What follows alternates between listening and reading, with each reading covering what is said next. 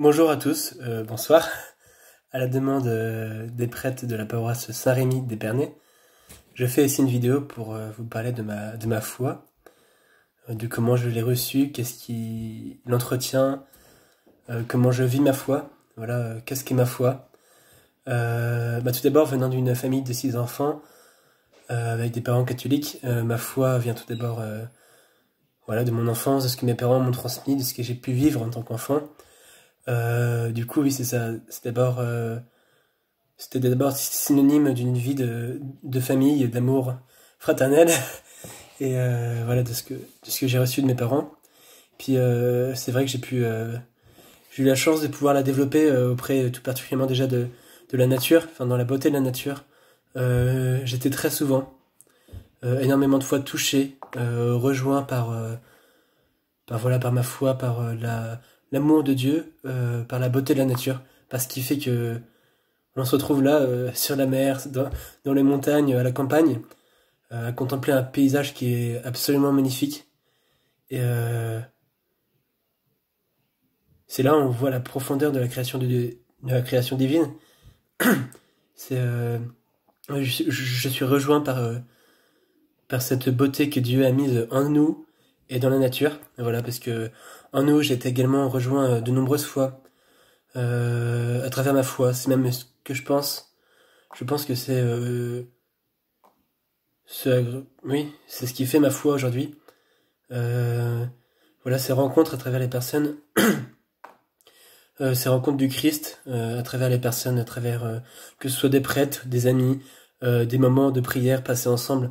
Voilà, une fraternité que j'ai pu vivre au scout, euh, dans la patrouille avec des amis, au scout, mais également lors de festivals ou des pèlerinages où il y avait vraiment une fraternité telle que on se retrouvait ensemble dans le Christ et je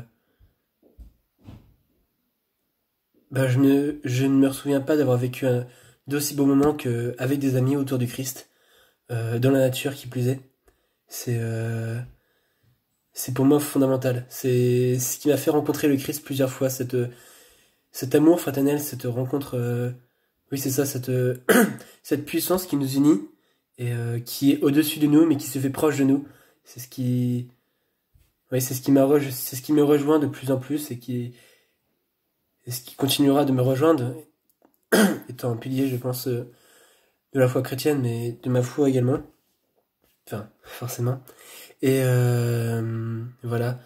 Euh, du coup, c'est vrai que je suis très sensible à la beauté, à comment les choses, à l'environnement et aux personnes du coup qui sont autour. Du coup, également, ça rejoint l'environnement, mais aux relations humaines.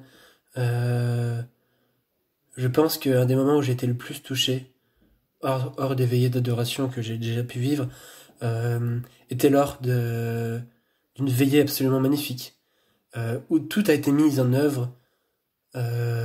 C'était à Vézelay, je sais pas pour les personnes qui connaissent Vézelay.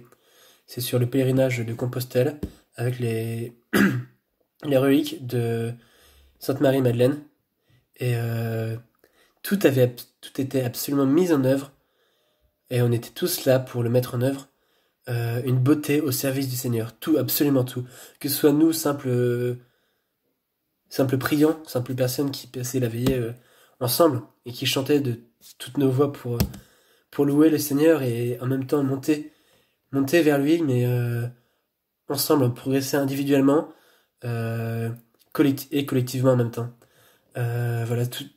Toute une beauté, toute la technique, tout le savoir-faire de l'homme avait été mis avec talent au service du Seigneur. Et c'est ce que je trouve vraiment particulièrement magnifique, c'est ce qui me rejoint au plus profond de mon être et qui me fait dire oui Seigneur, tu es là, c'est magnifique, merci. Euh, c'est beau, c'est puissant et